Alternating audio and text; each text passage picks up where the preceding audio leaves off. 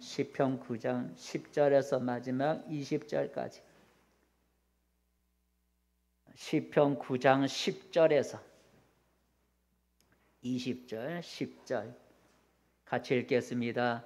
여호와여, 주의 이름을 아는 자는 주를 의지하오리니 이는 주를 찾는 자들을 버리지 아니하심이니이다. 너희는 시온에 계신 여호와를 찬송하며 그의 행사를 백성 중에 선포할지어다. 피 흘림을 신문하시는 이가 그들을 기억하시며 가난한 자의 부르짖음을 잊지 아니하시는도다. 여호와여, 내게 은혜를 베푸소서. 나를 사망의 문에서 일으키시는 주여, 나를 미워하시는 자에게서 받는 나의 고통을 보소서. 그리하시면 내가 주의 찬송을 다 전할 것이요 딸 시온의 문에서 주의 구원을 기뻐하리이다. 이방 나라들은 자기가 판 웅덩이에 빠짐이여 자기가 숨긴 그물에 자기 발이 걸렸도다. 여호와께서 자기를 알게 하사 심판을 행하셨으며 악인은 자기가 손으로 행한 일에 스스로 얽혔도다. 악인들이 스올로 돌아가며 하나님을 잊어버린 모든 이방 나라들이 그리하리로다. 궁핍한 자가 항상 잊어버림을 당하지 아니하며 가난한 자들이 영원히 실망하지 아니하리로다. 여호와여, 일어나사 인생으로 승리를 얻지 못하게 하시며 이방 나라들이 주 앞에서 심판을 받게 하소서. 여호와여, 그들을 두렵게 하시며 이방 나라들이 자기는 인생일 뿐인 줄 알게 하소서. 아멘. 할렐루야. 복된 자리에 잘 오셨습니다. 옆사람과 함께 인사를 나눠봅시다. 반갑습니다. 잘 오셨습니다. 잘 오셨습니다.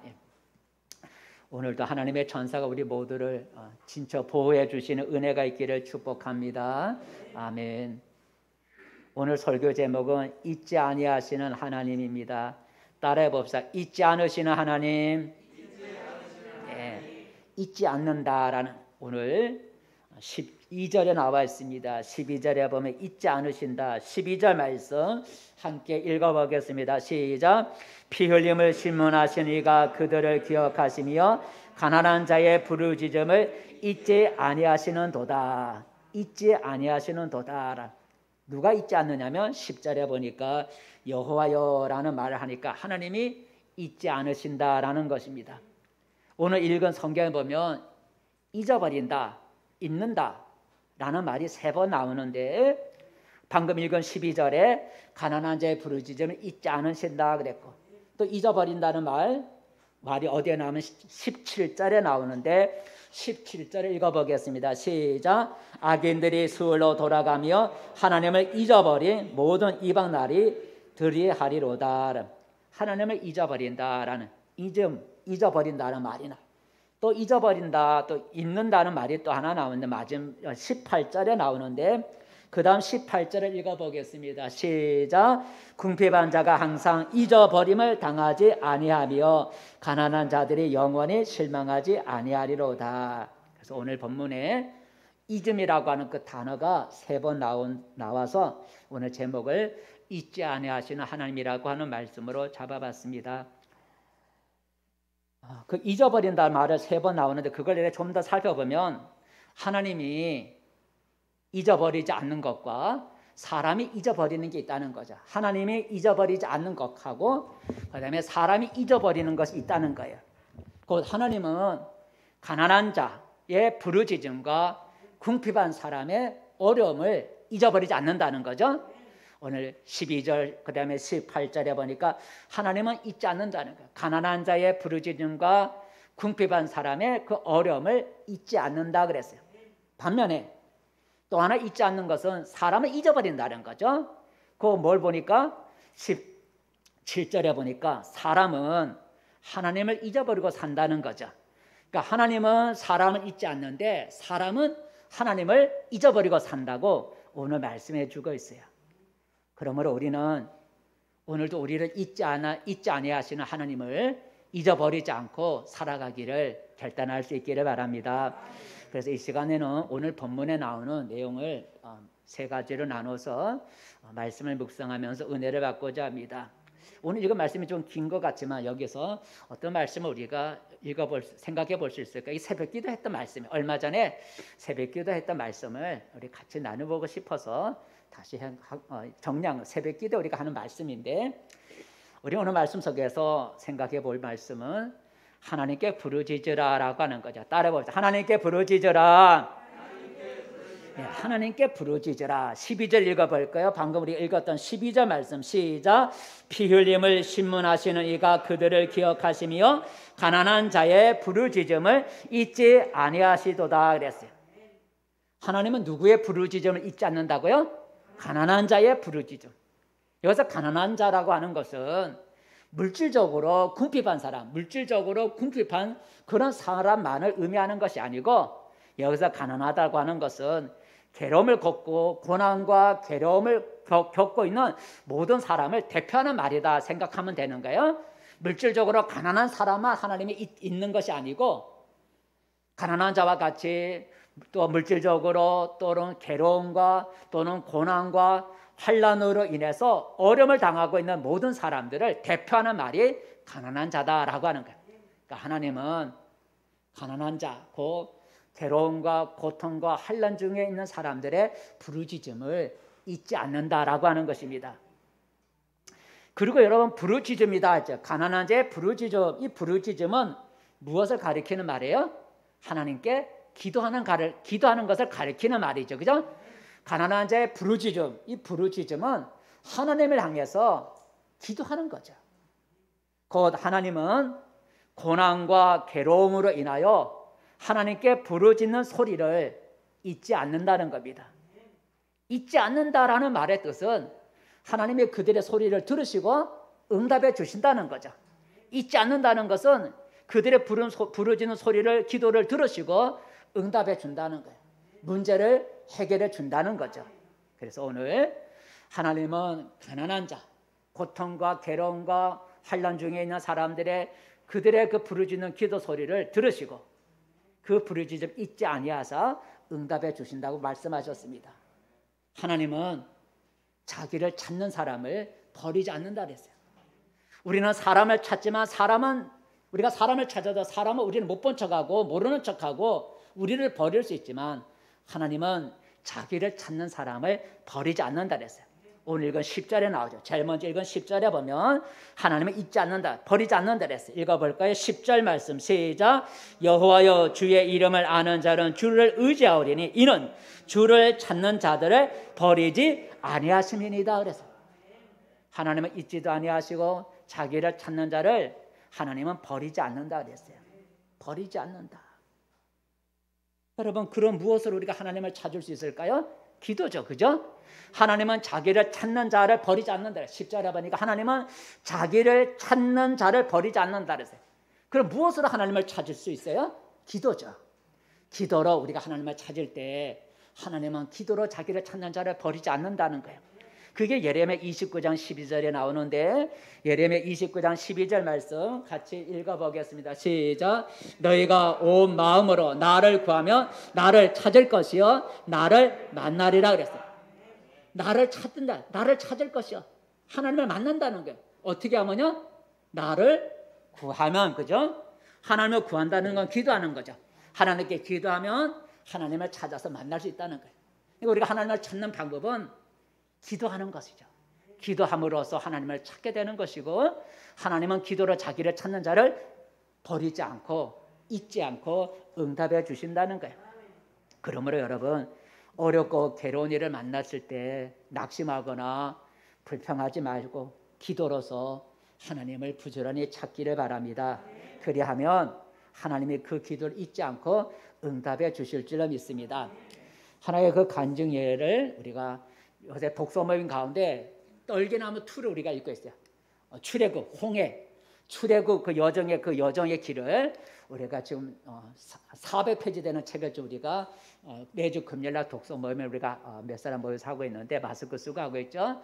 하고 있는데 거기에 나오는 이제 그 저자가 김승학 장로님이에요. 김승학 장로님인데 사우디아라비아 왕 주치의로 7년간인가 아마 거기서 주치의로 있으면서 출애굽의 그 그 출애굽의 여정이 사우디아라비아 홍해 해변가에 일어났기 때문에 그 사우디아라비아 그 홍해 거기를 7년 동안 있으면서 여러 번 답사를 한 그런 장로님이, 그리고 자기가 답사한 것을 사진으로 찍어서 이렇게 책을 만들었어요.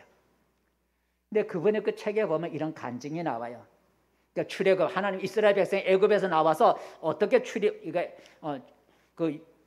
여정이 어땠는가, 그것을 이제 조사하면서 답사를 하면서 있었던 이야기입니다. 사건인데, 그 사우디아라비아 거기에 홍해가는 사막지대죠. 광야, 사막지대.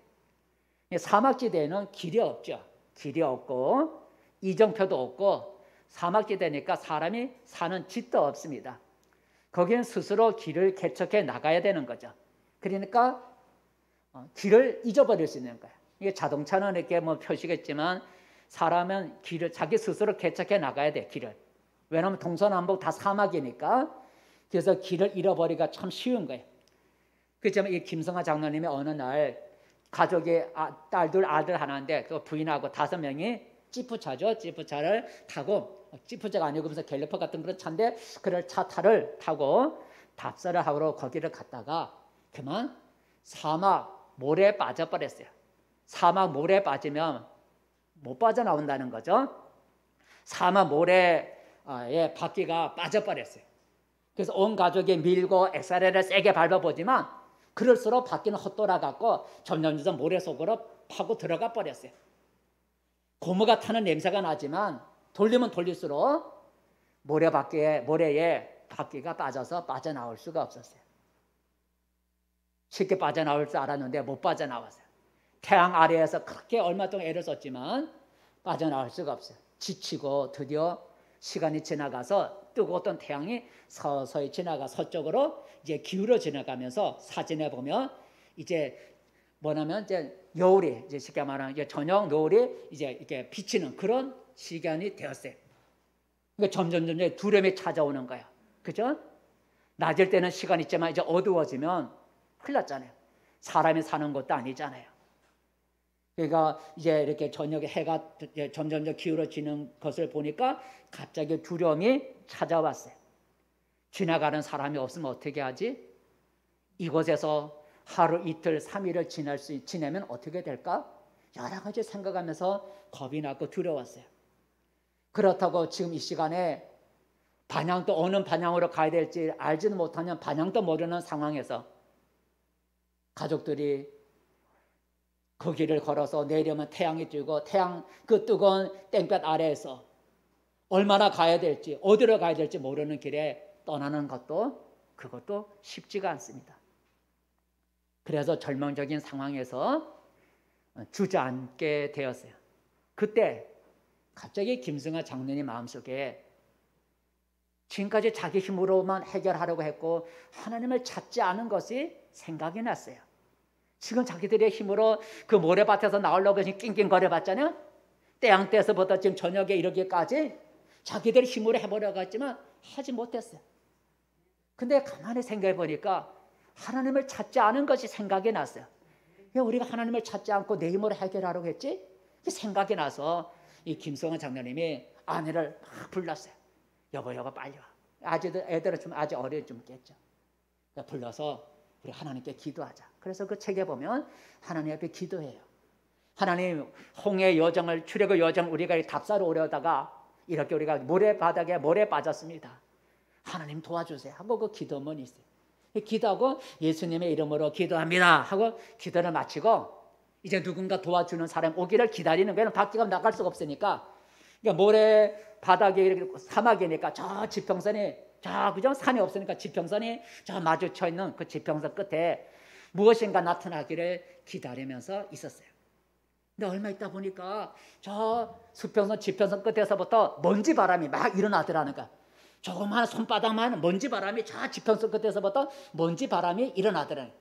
그러면서 그 먼지 바람이 점점 커지면서 이 장로님이 빠져있는 그곳으로 달려오더라는 거야. 그 먼지 바람이 점점 가까이 오더라는 거죠. 그 책에 보니까. 그래서 뭔가 봤더니 지프차가 자기들 그 장로님 그 사막지대인데 하필이면 그 장로님 있는 쪽으로 그 지프차가 막 가까이 오더라는 거죠. 예, 그걸 보고 온 가족이 기뻐갖고 막 달려나갔고 막 헬프미 막 도와주세요 그러면 소리를 질렀어요. 그 지푸차가 어떤 반향이 이쪽 반향 오다가 한 수십 미터, 거기 책에 보면 수십 미터면 여기서 우리 저 바깥에 현관쯤, 그러니까 완전히 가깝잖아요. 우리 현관쯤에 그 지푸차가 오더니 반향을 확 틀어갖고 저 모래 언덕으로 해서 도망을 가버리더라는 거예요. 한 수십 미터 왔는데 앞에서 헬프미 하는데 그 먼 데도 아니고 저 멀리 지평선에서보다 먼지 바람 일으키면서 오던 차가, 지푸차가 이게 수십 미터 앞이니까 다 보이잖아요. 근데 그 지푸차가 내리지도 않고 반향을 픽 틀어갖고 그냥 도망을 가버리더라는 거예요. 예, 그걸 보고 털썩 주저앉아갖고 그냥 이럴 수가 있나 하면서 이제 덜썩 주저앉아갖고 한숨을 쉬고 있었어요. 점점 어두워지게 할 시간이 점점 가까워지니까 점점 두려움이 더 찾아왔어요. 그렇지만 하나님 앞에 기도하고 하나님만이 도와줄 수 있으니까 기다리고 있었어요. 그 지푸자가 도망을 가고 지난 지 한 수십 분, 뭐 쉽게 말하면 30분 정도가 지났을 때 갑자기 그 지푸자가 도망간 모래 언덕 뒤에서부터 쿵쿵쿵쿵 하는 땅이 울리는 소리가 들리는 거야. 땅이 울리는 소리가 그 모래 언덕 뒤에서 안 보이지만, 그리고 그 뭔지는 모르지만 그 땅을 울리는 그 큰 소리가 점점 가까이 오고 있는 거예요. 소리가, 큰 소리가 보이지는 않는 거예요. 모래 언덕 뒤에서 소리가 나니까 땅을 울리는 소리가 들리더니 점점 그 큰 소리가 가까이 들리러 오는 거예요. 그리고 가만히 봤더니 모래 언덕 위에 넘어오는 차가 무슨 차냐니까 책에 보니까 포클레인이라는 사진을 본 우리 박 권사님과 포클레인이 무슨 차라고요? 땅을 다지는 차. 땅이 왜 땅을 다지는 차잖아요. 그 사진이 그 사진이야. 땅을 다지는 그 큰 차. 그러니까 땅을 울리세요. 포클레인보다 땅을 다지는 그런 차가 그 사진을 보니까 그 소리가 오니까 그냥 땅을 막 울리는 거야. 그래 그 차가 오더니 이 빠져있는 장로님의 차를 끄집어낸 거예요. 그 나중에 알고 보니까 그 차를 몰고 온 사람이 누구였냐면 방금 도망갔던 지푸차의 주인이었어요. 지푸차의 주인이 도망을 간 거예요. 왜냐하면 그 도와달라는 거 보고 가까이 와보니까 차가 모래밖에 빠졌구나. 그래 자기 차도 거기에 가까이 왔다가 어떻게 될까요? 자기 차도 빠질까 봐. 그래서 가까이 오지 못하고 그냥 반향을 틀어서 가갖고 자기가 공사하는 공사장이 어디 있었는데 공사 현장에 가서 자기 지푸차를 남겨놓고 그리고 그 포크레인을 그 땅을 다지는 그 차를 지금 끌고 와서 던져줬다는 거예요. 그것도 외국 사람이잖아요. 외국 사람. 여러분 이런 얼마나 놀라운 일입니까? 사막에서 자동차가 모래에 빠져서 자기 힘으로 해보려고 했지만 힘을 쓰면 쓸수록 더 밖에 모래 속에 빠져들어가 헤어나지 못했을 때 뭘 기억했어요? 하나님을 기억하죠. 그리고 하나님 앞에 부부가 사막에서 기도했어요. 그리고 기다렸더니 지푸차가 왔다가 자기 차도 빠질 것 같아서 돌아가서 그 책에 말한 포크레인을 끌고 와서 건져냈다는 거예요. 여러분 하나님께 기도했더니 어려움을 당했을 때 힘든 일을 만났을 때 하나님의 부르짖어 기도했더니 놀라운 방법으로 하나님이 해결해 주었다라는 것이 그 책에 기록되어 있어요. 그러므로 여러분 우리는 어려운 일을 만났을 때 낙심하지 말고 하나님께 기도해야 합니다. 오늘 시편 기자는 하나님께 무슨 기도를 했을까요? 오늘 본문에 보면 가난한 자의 부르짖음을 잊지 아니하시는 고난 당하는 자의 부르짖음을 잊지 아니하신 하나님 앞에 기도하는 기도문이 잠깐 나와 있어요. 읽어볼까요? 자, 가난한 자는 고난 당하는 자라고 말을 했습니다. 이 고난 당하고 있는 시편 기자가 무슨 기도를 드렸을까요? 13절 14절에 우리 하나 읽어볼 수 있어요. 13절 14절 읽어보겠습니다. 시작. 여호와여 내게 은혜를 베푸소서. 나를 사망의 문에서 일으키시는 주여 나를 미워하는 자에게서 받는 나의 고통을 보소서. 그리하시면 내가 주의 찬송을 다전할 것이요 딸 시온의 문에서 주의 구원을 기뻐하리로다. 다시 13절로 돌아가서 기도하는 거죠. 가난한 자의 부르짖음을 잊지 않는다 했어요. 고난 당하는 자의 부르짖음을 잊지 아니하신 하나님 앞에 13절에 기도하는 거예요. 여호와여 내게 은혜를 베풀어 주세요. 내가 지금 사망에 일어났나이다. 하나님은 내가 사망의 문에 이르렀나이다. 나를 일으켜 주세요. 이 사망의 문 앞에서 나를 일으켜 주세요. 하나님, 내가 나를 미워하는 사람에게서 내가 받고 있는 이 고통과 수모를 하나님이여 기억해 주세요 하고 하나님께 기도하는 거예요. 그러면서 14절을 보니까 그리하시면, 내 기도에 응답하시면 하나님이 나를 건져내 주시면 그 사랑을 내가 널리 널리 전하게 하고 하나님의 성전에서 나가 하나님 앞에 기뻐하며 하나님을 찬송하리로다를 기도하는 얘기가 나오죠. 기도하는, 여호와여 내게 은혜를 베푸소서. 내가 사망의 문에서 일으키시는 주여, 내가 지금 사망의 문 앞에 내가 이르렀나이다. 내가 이렇게 고통을 당하는 고통을 보시옵소서. 그리하시면 내 기도를 들으시고 내게 응답해 주시면 내가 그 사랑을 널리 널리 내가 전하리이다. 그리고 하나님의 시온의 문, 하나님의 전에 나와서 내가 하나님 앞에 내가 감사하리로다 하는 그런 기도를 드리자. 여러분, 특별히 우리는 고난을 당하고 어려움이 있을 때 기도할 때 부르짖어 기도해야 합니다. 따라 봅시다. 부르짖어 기도해야 한다. 오늘 가난한 자의 무슨 소리를 하나님 잊지 않는다고요? 부르짖음을 잊지 않는다 그랬어요. 부르짖음을 잊지 않는다. 가난한 자의 기도를 잊지 않는데 그 기도를 뭐라고 표현했냐면 부르짖음이라고 표현했어요. 우리는 부르짖어 기도하라고 하면 꼭 소리를 내서 기도해야 합니까? 하나님은 나의 소원과 문제를 우리가 구하기 전에 알고 있는데 꼭 소리내어 기도해야 됩니까? 라고 반문하는 사람도 있어요. 하지만 부르짖음은 간절함의 표현이죠. 따라해 봅시다. 부르짖음은 간절함의 표현이다. 예, 사람이 간절하면 소리내는 거예요. 물에 빠진 사람이 여러분 살려달라고 할 때 여러분 가만히 속으로만 살려주세요, 살려주세요 하나요?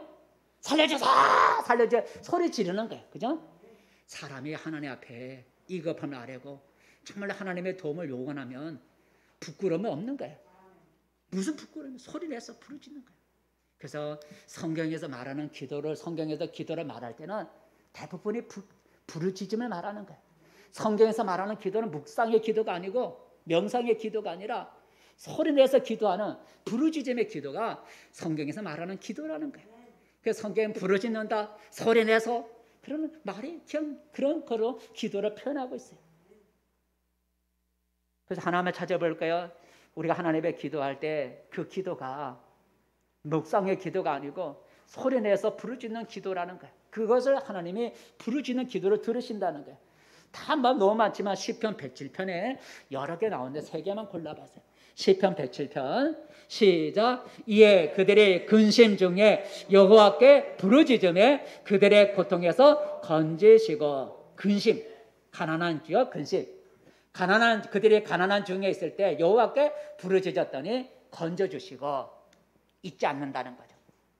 같은 107편 또 넘어가 볼까? 시작. 이에 그들이 그 환난 중에 여호와께 부르짖음에 그들의 고통에서 구원하시되. 환난, 가난한 중에 있는 자가 부르짖었더니 하나님이 잊지 않고 응답해 주셔서. 그 다음에 또 볼까요? 시작. 이에 그들의 고통 때문에 여호와께 부르짖음에 그가 그들의 고통에서 그들을 구원하시되. 거기에 몇 가지 2개인가 더 있지만 다 우리 다 적을 수. 고통과 환난과 근심 이런 가난한 중에 있을 때 하나님께 부르짖어 기도했더니 하나님이 잊지 않고 그 기도를 들으시고 구원해 주셨다라는 얘기입니다.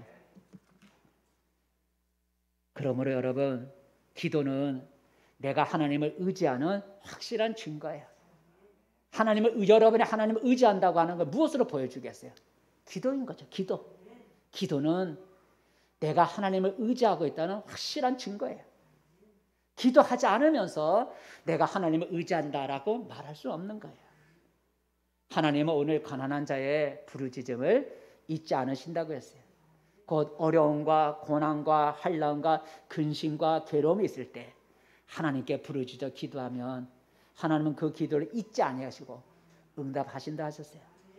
성도 여러분, 오늘 이후로 여러분 부르짖어 기도함으로써 하나님의 은혜를 체험하시고, 그래서 오늘 시편 기자처럼 하나님의 그 구원하신 그 사랑을 널리 널리 전하고 하나님 앞에 또 찬양을 드릴 수 있는 우리 모두 성도가 되기를 축복합니다.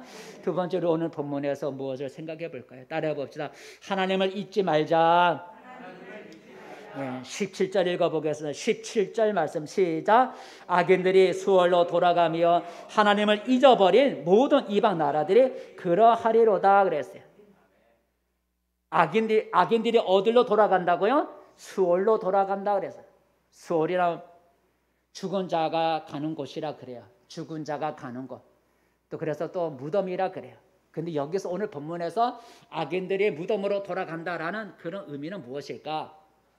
악인들의 계획이 수포로 돌아간다라고 하는 거예요. 악인들의 계획. 사람들은 계획을 세우잖아요.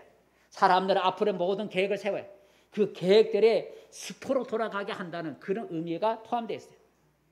악인들의 무덤으로, 악인들의 수월로 돌아가며, 그래서 악인들의 무덤으로 돌아가며라고 하는 말은 악인들이 계획하는 일들이 다 허탕, 수포가 되게 만든다는 거예요. 그 얘기가 15절 16절에 악인들의 계획이 다 수포로 돌아가게 만든다는 게 수월로 돌아간다는 의미인데, 그 말이, 그 내용이 15절 16절에 나와 있어요. 15절 16절 읽어볼까요? 시작. 이방 나라들은 자기가 판 웅덩이에 빠지며 자기가 숨긴 그물에 자기 발이 걸렸도다. 여호와께서 자기를 알게 하사 심판을 행하셨으며 악인은 자기가 손으로 행한 일에 스스로 얽혔도다 그랬어요. 자기들의 계획이 수포로 돌아간 게요. 그죠? 15절에 보니까 자기가 남을 해치려고 웅덩이를 팠는데 자기가 빠져버렸어. 수포로 돌아갔어요. 자기가 다른 사람을 걸게 넘어지려고 그물을 쳤는데 그 그물에 자기 발이 빠졌어요. 자기 계획의 숲으로 돌아갔어요. 16절에 보니까 자기 손으로 행한 일이 어떻게 됐다고요? 거기에 자기가 스스로 빠졌다는 거죠. 자기 손으로. 15절에 보니 16절이죠. 16절 자기 손으로, 악인이 자기 손으로 행한 일에 스스로 얽혀버렸다는 거예요. 저들이 계획하는 일들이 다 숲으로 돌아갔다는, 이게 바로 악인이 수월로 돌아가며라는 표현이 됩니다. 악한 자들이 수월로 돌아간다는 것은 악한 자들이 자기들이 계획하는 모든 일들이 숲으로 돌아간다는 거예요. 그래서 그물에 빠지고 함정에 빠지고 자기 손으로 하는 일에 자기가 얽혀버리는 숲으로 돌아갔다는 얘기를 우리가 읽었어요. 그런데 어떤 사람이 이와 같은 꼴을 당하냐면 하나님을 잊어버린 자라는 거죠. 하나님을 잊어버린 자. 하나님을 잊어버린 사람이 바로 악인과 동일하다는 거죠. 그게 오늘 17절에 나오는 거죠. 하나님을 잊어버린 모든 이방 나라들이 그러하리로다. 그렇게 된다는 거예요. 그렇게 된다는 게 뭔가요? 바로 앞에 나오는 악인들의 수월에 빠지는 것 같이 하나님을 잊어버린 모든 사람들도 그렇게 된다는 거예요. 그 하나님을 잊어버린 사람들의 모든 계획이 악인들처럼 그들의 계획이 다 수포로 돌아가고 말 것이다 라는 얘기입니다. 그러므로 우리는 하나님을 잊어버리지 말아야 됩니다. 왜냐하면 하나님을 잊어버리면 어떻게 된다고요? 우리의 계획하는 것들이 수포로 돌아가기 때문에.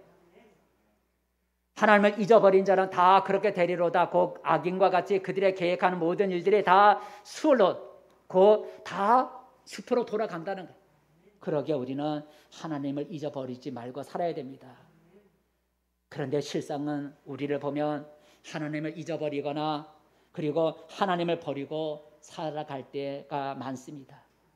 하나님을 믿는다고, 믿지 않는 사람은 아예 그렇지만 하나님을 믿는다고 하면서도 하나님을 생각하지 않는 성도들이 많이 있습니다. 하나님을 믿는다고 하면서 하나님을 잊어버리고 자기 생각대로, 자기 방식대로, 자기 좋을 대로 살아가는 신자들이 많이 있어요. 그런 사람들은, 그런 신자는 하나님을 잊어버리고 살아가는 사람과 같은 거예요. 그렇게 하나님을 잊어버리고 자기 방식대로, 자기 뜻대로, 자기 좋을 대로 살아가는 자에게 하나님은 뭘 한다고요? 심판하신다는 거죠. 심판하신다는 거예요. 하나님을 잊어버리고 살아가면 하나님의 백성은 하나님의 심판하신다는 거예요. 한번 읽어볼까요? 시편 50편에 보면 하나님을 잊어버린 백성을 하나님은 심판하셔요. 읽어보게요. 시편 50편 50장 시작. 하나님을 잊어버린 너희여 이제 이를 생각하라. 그렇지 아니하면 내가 너희를 찢으리니 건질 자 없으리라 그랬어요. 하나님이 찢어버린다 그랬어요. 어떤 사람을요? 하나님을 잊어버린 자. 하나님을 잊어버린 자가 돌이키지 않으면 하나님이 찢어버리겠다 그래요. 심판하시겠다 그랬어요. 그래서 성경에 보면 하나님의 백성이 하나님을 잊어버릴 때 하나님이 찢어버리는 경우가 참 많이 나와 있어요. 그게 사사기에 많이 나와 있죠. 사사기는 이스라엘 백성이 하나님을 잊어버리고 살아갈 때 하나님이 다른 나라를 들어서 이스라엘 백성들에게 심판한 것을 기록하고 있는 게 사사기예요. 하나만 읽어볼게요. 사사기 3장 7절 하나님을 잊어버렸더니 하나님이 심판하셨다는 말씀 사사기 읽어보겠습니다.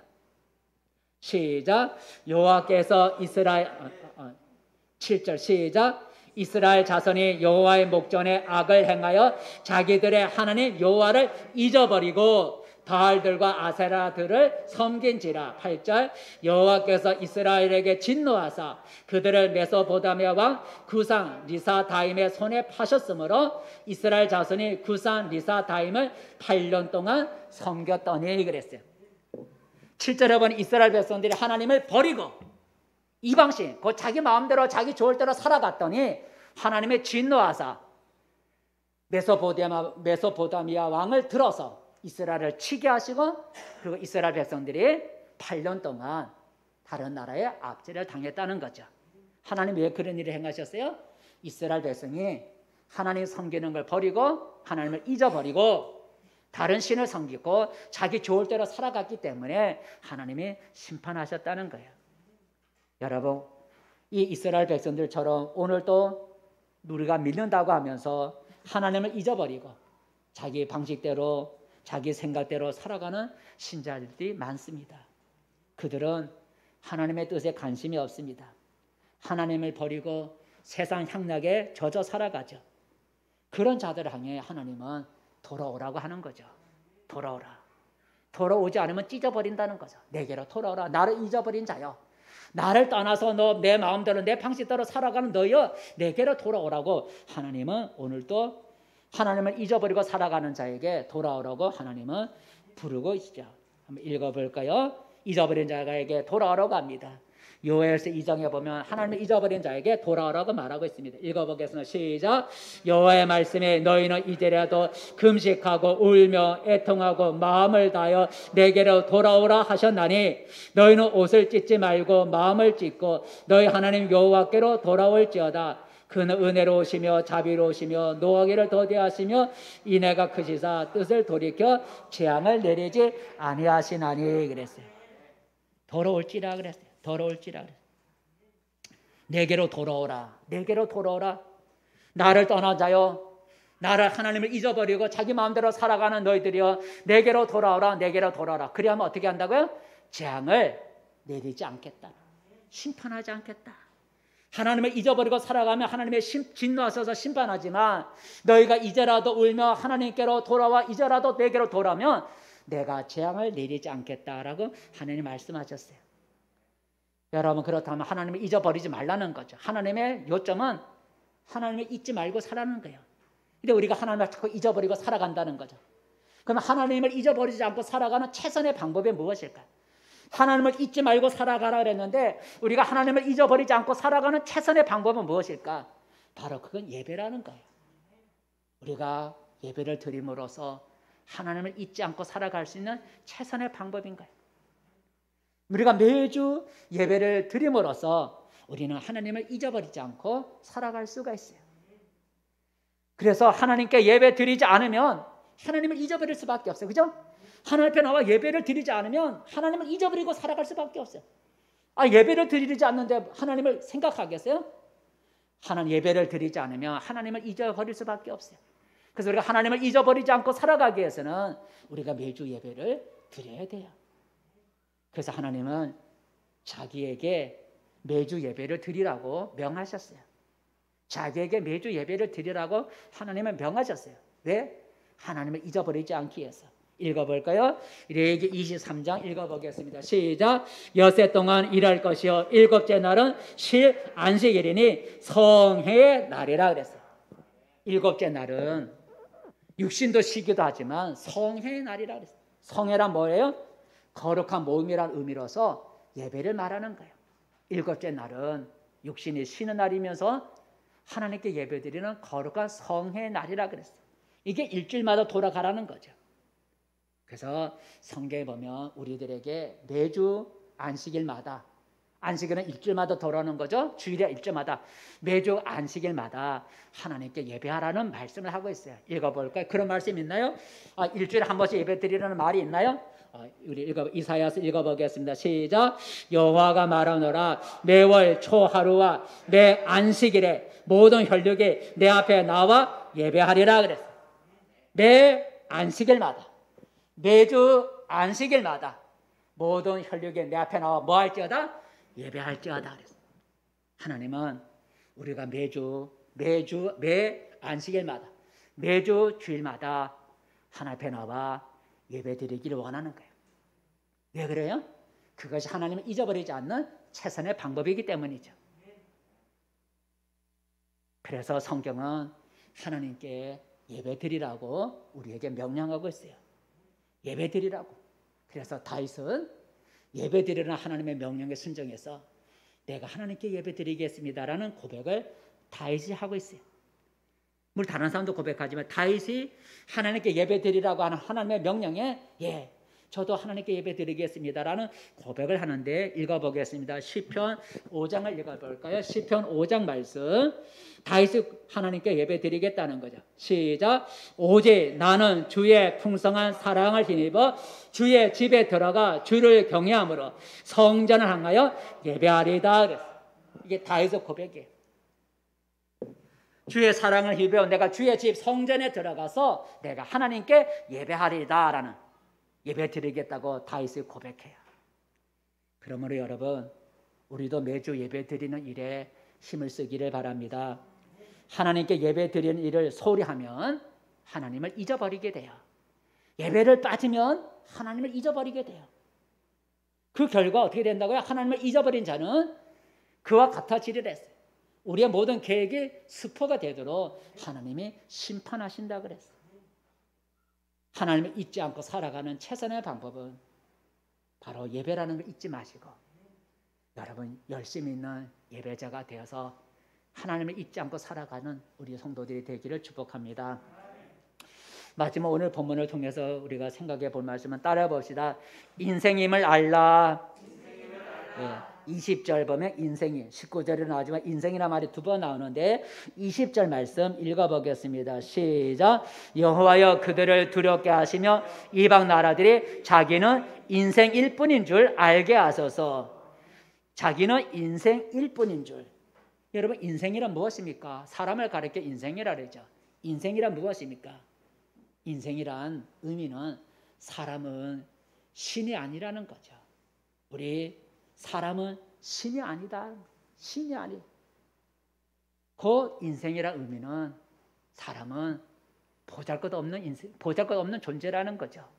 보잘것없는 존재. 그러니 교만하지 말라는 거죠. 너는 인생이야. 너는 신이 아니야. 너는 보잘것없는 그런 존재니까 교만하지 말라는 의미가 자기가 인생일 뿐인 줄 알게 해주세요. 사람은 자기가 인생인 줄 알지 못하기 때문에 교만한 거예요. 나는 보잘것없는 존재라는 그 인생이라는 걸 알지 못하기 때문에 사람이 교만하고 거만한 거예요.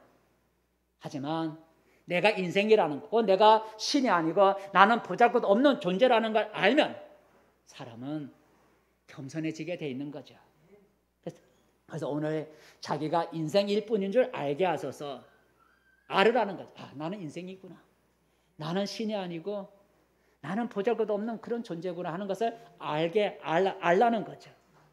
성경은 우리 인생이 얼마나 보잘것없는 존재인지, 우리 물론 인생은 귀한 존재지만 또 한편으로 우리 성경은 얼마나 보잘것없는 존재인지를 성경은 말해주고 있는데 몇 가지를 정리해봤어요. 여러분 사람은 흙으로 지어진 인생이라는 거죠. 사람은 어떤 인생이냐면 사람은 흙으로 지어진 인생이에요. 잘 알죠? 한번 읽어볼까요? 창세기 2장 2절 창세기 2장 시작. 여호와 하나님이 땅의 흙으로 사람을 지으시고 생기를 그 코에 불어넣으시니 사람이 생명이 되니라. 무엇으로 사람을 지었다고요? 땅의 흙으로. 우리가 밟고 다니는 땅의 먼지를 가지고 하나님이 사람을 지으셨다 그랬어요. 여러분, 우리 인생은 이처럼 부서지기 쉬운 보잘것없는 흙으로 지어진 인생이기 때문에 교만하면 얼마나 어리석은 거예요. 그죠? 나라는 존재는 흙으로 보잘것없는 저 흙으로 만들어진 존재라는 것을 그걸 알면 사람은 겸손하지만 그걸 사람이 모르기 때문에 교만한 거예요.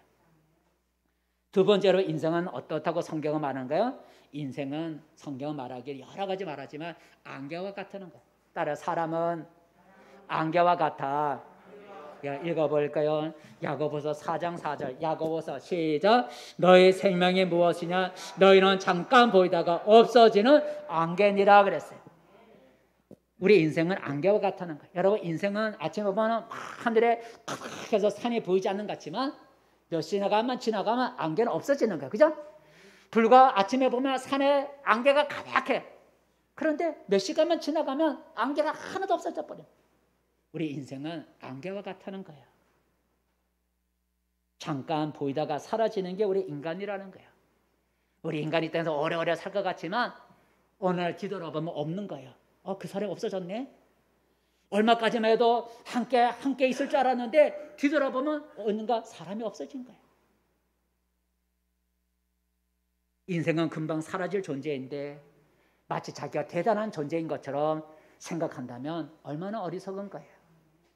또 여러분, 성경은 인생이 어떤 것과 같냐면 우리 인생이 가진 영광은 들의 꽃과 같다 그래요. 꽃과 같다 그랬어요.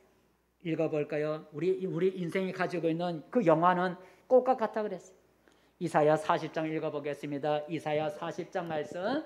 우리 인생이 갖고 있는 꽃 시작. 모든 육체는 풀이요 그의 모든 아름다움은 들의 꽃과 같으니 풀은 마르고 꽃이 시듬은 여호와의 기운이 그의 불미라 그랬어요. 꽃은 어떻게 된다고요? 시든다 그랬어요. 아름다운 꽃이 오래오래 가지 않고 그 아름다운 꽃도 멀지 않아 시들어 버린다 그랬어요.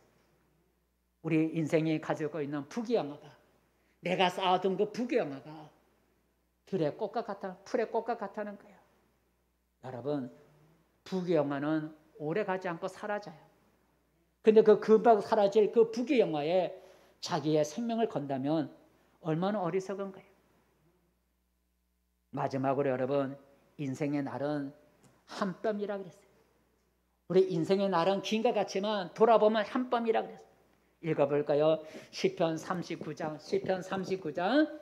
우리 인생의 날이 얼마나 긴지 시편 39장 같이 읽겠습니다. 시작. 주께서 나의 날을 한 뼘 길이만큼 되게 하시니 나의 일생이 주 앞에는 없는 것 같사오니라. 우리 인생이 80, 90 오래 사는 것 같지만 돌아보면 한 뼘이라는 거예요. 한 뼘. 여러분, 한 뼘의 길이가 얼마나 짧습니까? 우리 인생의 날이 긴 것 같지만 짧다는 거예요. 그런데 오래 살 것처럼 생각한다면 어리석은 것이죠. 근데 사람들은 이러한 사실을 잊어버리고 알지를 못한다는 거죠. 내가 인생이구나. 내 부귀영화가 꽃과 같고 내 날이 한 뼘 같고 내 자신이 흙으로 지어진 안개와 같이 금방 사라질 존재이구나. 나는 인생이구나. 연약한 보잘것 없는 인생이구나 하는 것을 사람들은 잊어버리고 알지 못한다는 거죠. 그리고 오래오래 살 것처럼 그래서 이 땅에 많이 쌓아두려고 하는 거죠. 하지만 여러분, 하나님이 오늘 우리를 부르시면 내가 계획한 모든 일들을, 내가 행하는 모든 일들을 오늘 내려놓고 떠나가야 하는 게 우리 인생이죠. 성경에 보니까 어느 마을에 부자 농부가 있었어요. 몇 년도간 풍년이 들어갔고 곡식을 저장할 장소가 없는 거야. 너무너무 풍년이 들어서 오늘 말하면 떼부자가 된 거야. 돈이 너무 많아져. 싸울 것이 없어요. 그래서 이 어리석은 농부가 부자가 어떻게 생각했냐면, 내가 곡간을 옛날에는 쌀 수확이 많은 부자니까 내가 지금 곡간 헐고 곡간을 크게 짓고 거기에다가 몇 년 동안 풍년했던 거기다 곡식을 다 집어넣고 그래야 되겠다 그랬어요. 그리고 자기 자신에게 말을 한 거야. 내 영혼아, 내가 이제 쉬면서 놀고 먹고 놀면서 지낼 만큼 내가 많이 쌓아뒀으니 이제는 내일부터 이제는 편히 쉬고 먹고 마시며 즐기면서 살자구나. 내가 고생 많이 했지. 이제 내일부터 내가 편안하게 먹고 마시고 즐기면서 살자구나. 내 곳간에 창고가 가득히 찼다 라고 그렇게 말을 했어요. 근데 여러분 어떻게 됐을까요? 그 생각, 곳간을 크게 짓고 그 곳간에다가 풍성한 정말 모든 재물을 거다 집어넣고 이제는 일하지 않고 놀고 먹고 즐기며 살아가겠다고 생각한 그날 밤에 하나님이 찾아오셔서 이렇게 말씀하셨죠. 뭐라고 말씀하셨을까요? 누가복음 12장 말씀. 누가복음 12장 말씀 시작. 어리석은 자여 오늘 밤에 내 영혼을 도로 찾으리니 그러면 내 준비한 것이 누구의 것이 되겠느냐 그랬어요. 어리석은 자여, 너가 인생인 줄 모르는구나. 너는 보잘것없는 인생이야. 너 쌓아두고 내일부터 먹고 마시고 놀면서 즐기겠다고 오늘 밤에 내가 너의 생명을 걷어가면 너 창고에 모아둔 거 누구 있게 되겠느냐라는 말씀을 했었어요. 많은 사람들은 이 부자 농부처럼 살아가고 있죠. 하지만 우리는 신이 아니라 인생이라는 걸 알아야 돼요. 우리는 인생이라는 걸 보잘것없는 한 뱀밖에 되지 않고 안개와 같은 그런 인생이라는 걸 알아야 돼요. 내 자신이 보잘것없는 인생이라는 것을 사실을 알게 되면 사람은 교만하지 않습니다. 겸손하게 되죠. 자신이 연약한 인생이라는 것을 알지 못했기 때문에 사람은 교만하고 거만해지는 거예요. 또 자신의 안개처럼 금방 사라질 그런 인생이라는 걸 알면 사람은 쌓아두려고 발버둥을 치지 않아요. 내가 쌓아두려고 발버둥 쳤다고 하나님의 생명 부르면 끝나는 건데 내가 금방 사라질 안개라는 사실을 알게 되면 이 땅에다 쌓아두려고 발버둥을 치지 않아요. 오히려 사는 동안에 선을 행하고 베풀며 나눠주기며 살아가기를 좋아하게 돼요. 베풀지 못하고 움켜쥐기를 좋아하는 사람은 자신이 곧 사라질 안개라는 그런 인생임을 알지 못하기 때문에 그렇게 하는 거예요. 그리고 자신이 보잘것없는 인생이라는 걸 아는 사람은 하나님을 섬기며 살아가요. 왜요? 나는 인생이지만 하나님에게는 영생이 있다는 걸 알기 때문이죠. 그래서 영생을 얻기 위해서 하나님을 섬기며 살아가는 거예요. 말씀을 맺습니다. 성도 여러분, 우리 하나님은 가난한 자의 부르짖음을 잊지 않으신다고 했습니다. 그러기에 고난과 괴로움과 환난이 있을 때에 낙심하지 말고 하나님께 부르짖어 기도하기를 바랍니다. 그리하면 하나님이 그 가난한 자의 부르짖음을 잊지 아니하시고 응답해 주실 줄로 믿습니다. 반면에 하나님을 잊어버리고 살아가는 자에게 하나님이 심판하신다 그랬어요. 수울과 같이 된다 그랬어요. 그들의 계획하는 모든 일들이 다 수포로 돌아가게 만들고 만다 그랬어요. 우리가 하나님을 잊어버리지 않고 늘 살아갈 수 있는 최선의 방법은 예배라는 거죠. 예배를 드림으로써 우리는 하나님을 잊지 않고 살아갈 수가 있어요. 그래서 우리는 매주 예배를 드리기를 소중하게 여기려고 그리고 예배를 드릴 때 정성껏 예배를 드려야 됩니다. 끝으로 우리는 보잘것없는 인생이라는 것, 나는 신이 아니라는 것, 나는 순간 사라져야 할 안개와 같은 흙에서 온 날이 한 뼘밖에 되지 않는 부귀영화, 내가 가지고 있는 부귀영화는 꽃과 같은 그런 연약한 인생이란 보잘것없는 인생임을 우리가 알아야 돼요. 자신의 안개 같은 인생임을 깨달지 못했기 때문에 사람은 욕심으로 가득한 거예요. 자신의 인생임을 아는 사람은 겸손하고 베풀며 살아가게 됩니다. 그리고 영생을 얻기 위해서 영생을 주시는 하나님을 섬기며 살아가기를 기뻐합니다.